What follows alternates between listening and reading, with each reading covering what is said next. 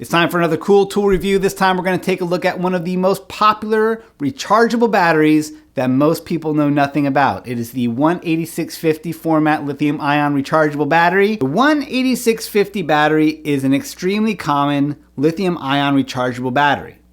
We just don't normally see them because they're tucked away inside our electronics. I opened up a rechargeable drill recently and found one inside. There's one inside this solar emergency radio I have. I'm sure there's a bunch of others inside my house that I'm not even aware of. They're relatively cheap, easy to recharge, and they can store a lot of power compared to a rechargeable AA battery.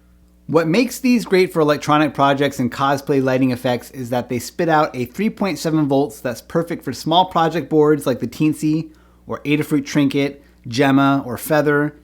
It also turns out to be a good enough voltage for driving LED strip. So for example, I wanted to put some LEDs on my power racer to show it off at night.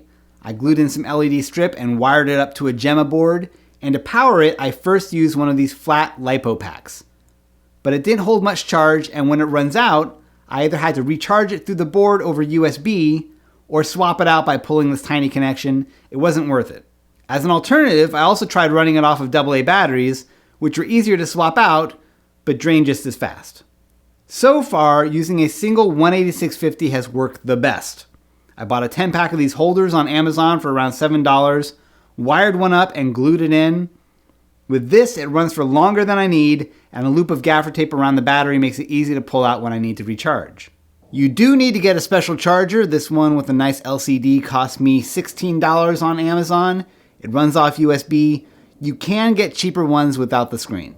So that's my story with the 18650 rechargeable batteries. They're great for powering small project boards and LEDs, which are honestly the bread and butter of most maker projects.